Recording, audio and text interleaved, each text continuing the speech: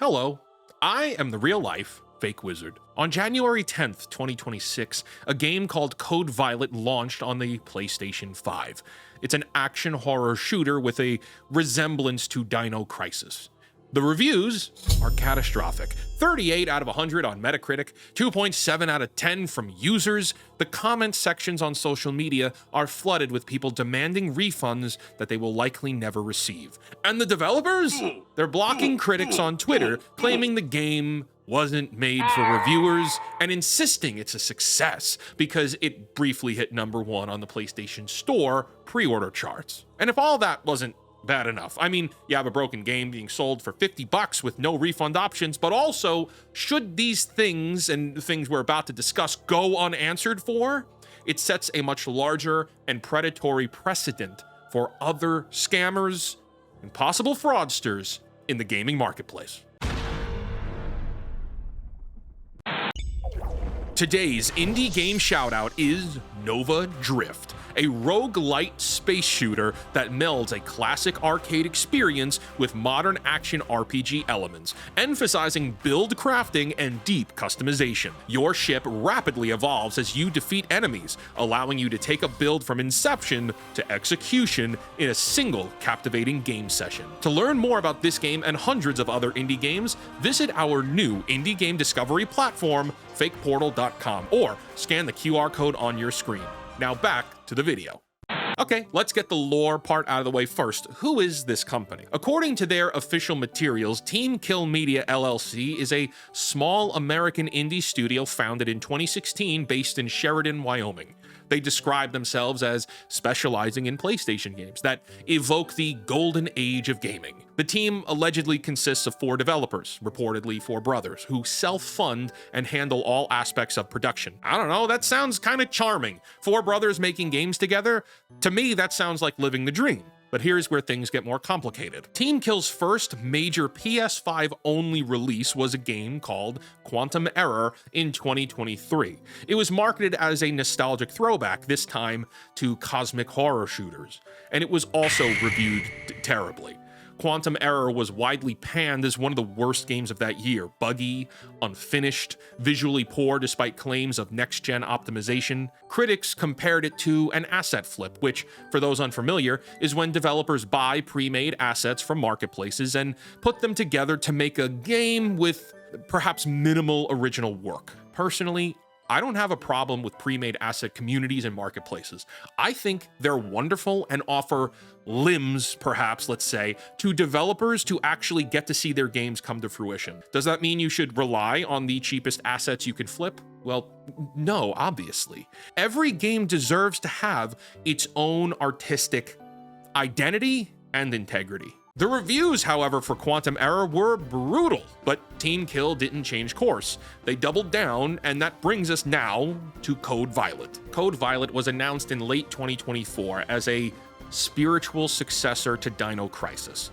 For those who don't know, Dino Crisis was a beloved survival horror series from Capcom in the late 90s and early 2000s. It has been dormant for over 2 decades, and fans have been begging Capcom for a revival. Team Kill positioned Code Violet as that revival. Survival horror, dinosaurs, a sci-fi setting, resource management, puzzles, all the classic stuff. It launched January 2026 at a price point of $50. We've already mentioned that it was panned by critics and players alike, but here are the general concerns most people have. The combat is clunky, the shooting feels terrible, hitboxes are erratic, sometimes you hit enemies, sometimes your bullets pass right through them. The stealth is broken, enemies have omniscient awareness, they detect you through walls. Scripted ambushes undermine any attempt of actual tactical play. The game itself is actually very short. It's only about 5 hours long to complete the main story, and all of this can be yours at, again, $50. The technical issues are rampant. There's crashes, camera clips through the geometry, the assets don't load properly. Allegedly, keyboard prompts also appear on console. There's no HDR support despite marketing claims of visual fidelity. There's no map. In a game about navigating a complex facility, There is no map. Why does all this matter? Like, why are we talking about this? Why would I cover a topic like this? Well, let's review the PlayStation refund policy and see if things start to make sense. Sony's digital refund policy is among the strictest in, well, really the gaming industry. Here's how it works. You have 14 days from purchase to request a refund, but, and this is the critical part, you cannot have downloaded or streamed the content. The moment you hit that download button, your refund eligibility essentially vanishes. There are exceptions, of course, for faulty content, games that have severe bugs that can't be fixed by patches, but Sony handles those on a case-by-case basis, and the burden of proof is on you to demonstrate that the game is broken. Compare this to Steam. On Steam, you can refund any game within 2 weeks of purchase if you played less than 2 hours. That's a reasonable policy that protects consumers while still giving developers a fair chance. PlayStation, however, you download it, you own it. Whether it works or not, whether it's good or not, whether it is what it was advertised to be or not. Code Violet being a PlayStation exclusive means that they do not have to worry about refunds. PlayStation players will buy it, download it, and have no recourse to get their money back. The player reviews now are essentially warning signs saying, don't buy this game, you will lose your money. And with the rest of the lore that we still haven't broken down, I have to imagine that this was the strategy Team Kill Media had all along. In my humble opinion, it's as if they knew this game could be used to rug pull people. Now, I know some of you might be thinking, justifiably, Wizard, bad games happen all the time. Small teams do make lots of mistakes. Why are you coming down so hard on these guys? Those are great questions and definitely worth discussing. Team Kill Media is technically a small indie team, and I'm the support indie games guy. I have no interest in speaking negatively about indie developers unless, like in this case, I believe, in my humble opinion, they're doing something that can hurt the whole indie marketplace. And I do think if this isn't discussed or talked about, and if these situations, these controversies go unanswered, it could. Controversy number 1, the PC port rejection. In January 2025, just before launch, Team Kill made an announcement that went viral for a bunch of wrong reasons. They stated that Code Violet would never come to PC. It would never be on Steam. The reason? They didn't want players making vulgar or pornographic mods of the characters. They claimed they held their voice actresses in high regard and refused to let their artistic vision be destroyed by sexual mods. That post got over 1.6 million views, and it absolutely got ratioed. And here's why people deserve to be furious. Firstly, it stereotypes PC gamers as perverts who can't be trusted with games. The vast majority of PC players never touch mods, let alone the sexual ones. Punishing an entire fan base for a hypothetical minority is, well, it's absurd. Second, and this is probably the more important one, it's hypocritical. The marketing for Code Violet features the protagonist in bikinis and lingerie. The game has a dressing room where you can change Violet's outfits. The trailers have gratuitous shots emphasizing the character's body and bottom. Let me get this straight. You're selling the game using sexualized imagery, you're including revealing outfits as a feature, but you're worried about modders making it more sexual? The audacity of that hypocrisy is kind of impressive when you think about it. Third point, PC gaming is a massive gaming market.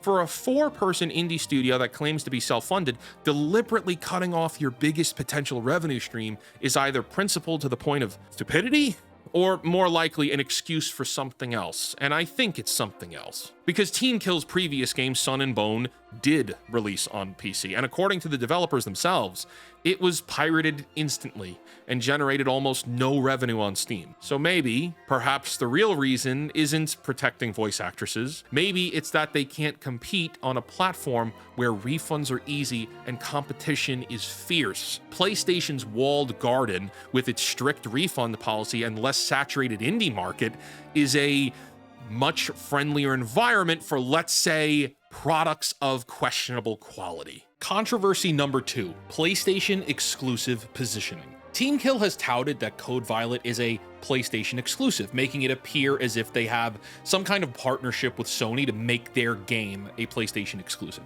similar to God of War or Ratchet & Clank. This is not exactly the case at all. They just published the game on PlayStation and didn't publish it anywhere else. That's their choice. There is no publicly available information proving Sony Entertainment has any kind of contract or relationship with Team Kill Media. No, but it feeds into the concept that they're extremely sketchy. This is marketing and it's positioning, but it's also extremely disingenuous to make people believe it's a Sony exclusive when it's not genuinely exclusive at all. Controversy number 3, fake user reviews. Before launch, Metacritic showed suspiciously perfect 10 out of 10 user scores for Code Violet. These scores appeared before the game was even available to play. They were eventually removed, but the fact that they existed at all suggests an attempt to manipulate the game's perception before the real reviews could come in. I'm not going to claim definitively that Team Kill planted those reviews. I have no proof of that. I couldn't claim that. But there's a pattern here. There's an embargo that lifts after the launch. There's suspiciously early reviews. There's blocking the critics on Twitter and everywhere else. There's dismissing negative feedback, and all of that together paints a messy picture. Controversy number 4, developer responses. After launch, as the negative reviews all poured in, Team Kill's response was telling, man. It's telling.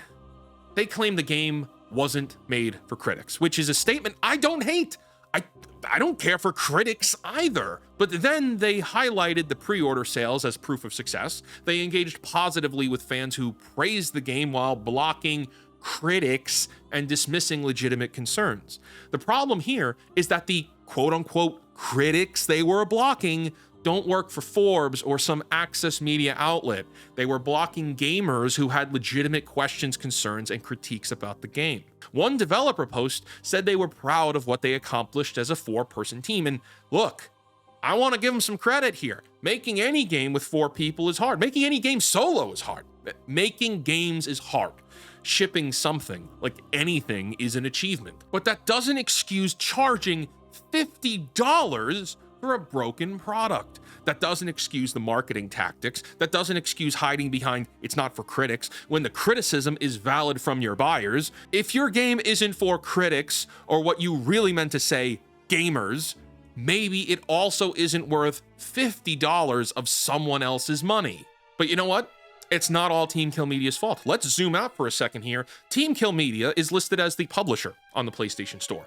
That means Sony verified them as a legitimate entity capable of selling products on their platform. PlayStation takes a cut of every sale. They profit from Code Violet. They profit from consumers buying a product that can't be refunded. And yet Sony has no apparent mechanism for addressing situations like this. There's no quality control. There's no consumer protection beyond the bare minimum refund policy. If a game is bad but technically functional, you're stuck with it. The PlayStation Store is in Steam, where user reviews are prominent and refunds are easy. It's not even the Nintendo eShop, which at least has some kind of curation. PlayStation is a premium platform that charges premium prices and provides minimal consumer safeguards. That is a problem. Code Violet is a symptom of that problem. And because of that, it extends this discussion beyond one bad game from one sketchy, let's say, studio. The indie gaming space is already fragile. It's hard to get the word out when you're a small developer. Marketing budgets are non-existent. Most indie developers, if you speak to them, will say that their budget runs out the second they finish the game, and then they look and see the uphill battle that's ahead for marketing the thing. You're competing against AAA behemoths for attention. You're relying on word of mouth, perhaps YouTube coverage, and the hope that someone with an audience notices your game. It's hard to get players to take risks. Consumers are conditioned to wait for sales, wait for reviews, wait for patches. Never pre-order is conventional wisdom, and that caution is very justified for buyers, but it makes it harder for good indie games to find their audience at a launch when they need sales most. Team Kill Media exploits both of these vulnerabilities. They use nostalgia marketing to generate pre-orders. They time their embargo to maximize sales before reviews. They price at $50 to capture maximum revenue from early adopters. And then, when the product turns out to be garbage, they hide behind, "we're a small team, and our game is not for critics." This is predatory behavior dressed up as indie scrappiness. And look on the flip side too. When a game like Code Violet happens, it doesn't just hurt the people who bought it, it hurts every legitimate indie developer. Because the next time someone sees an indie game marketed as a spiritual successor to a beloved classic, they're going to remember Code Violet and how it cost them $50. They're going to remember getting burned. They're going to wait for reviews, they're going to skip the pre-orders, and that caution might cause them to probably miss out on a genuinely great game from a genuinely passionate team. One bad actor here poisons the well for everyone. But let's take it a step further because it does get worse. Right now, making a bad game still requires some effort. You need the assets, you need code, you need voice acting, even if it's bad. Like, you need a lot of stuff. You need people that are competent enough to put all those things together. You also need to go through some kind of certification process for PlayStation or Xbox or Steam, Nintendo. But AI is changing the calculus. We're entering an era where generative AI can produce art assets, write dialogue, compose music, and potentially even generate functional code. The barriers to creating a game are dropping rapidly. What happens when bad actors realize they can use AI to mass produce asset flipping garbage? What happens when the team kills of the world can pump out 5 games a year instead of 1? What happens when the PlayStation Store, or any storefront, gets flooded with AI-generated shovelware priced at $30, $40, $50 each with little recourse for refunds? Steam is already dealing with a version of this problem. The platform is flooded with low-quality releases. It's getting harder and harder to find good games amidst the noise. PlayStation has been somewhat insulated because console certification is a little more rigorous, but Code Violet proves that rigor has limits.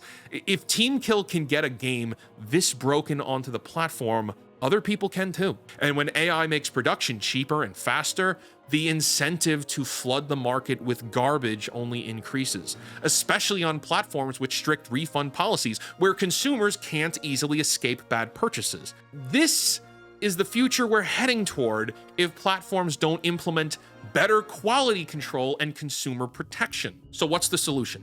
Well, for Sony, fix your refund policy, make an update or two. 2 hours of playtime within 2 weeks, like Steam, would protect consumers without significantly impacting legitimate developers. If your game can't survive people actually trying it before committing, maybe your game shouldn't be on the platform yet. Maybe there's still work to be done. Implement better verification as well. Check that publishers are legitimate operating businesses.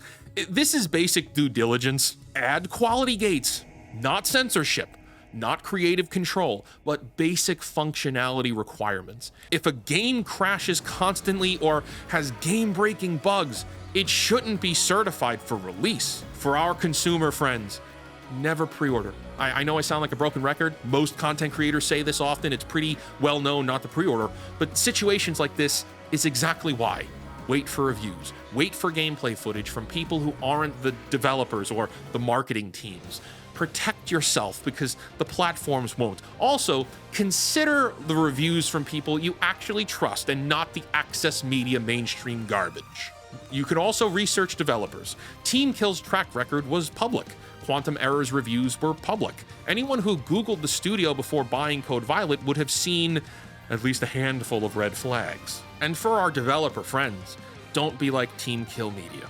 If your game isn't ready, don't ship it. If your game has problems, acknowledge them honestly instead of blocking critics. The indie space thrives and survives on trust. When you betray that trust, you make it harder for every other small developer trying to do things right. Also, the internet is forever. If you engage in untrustworthy behavior and people find out, they'll never let you live it down. Keep this in mind.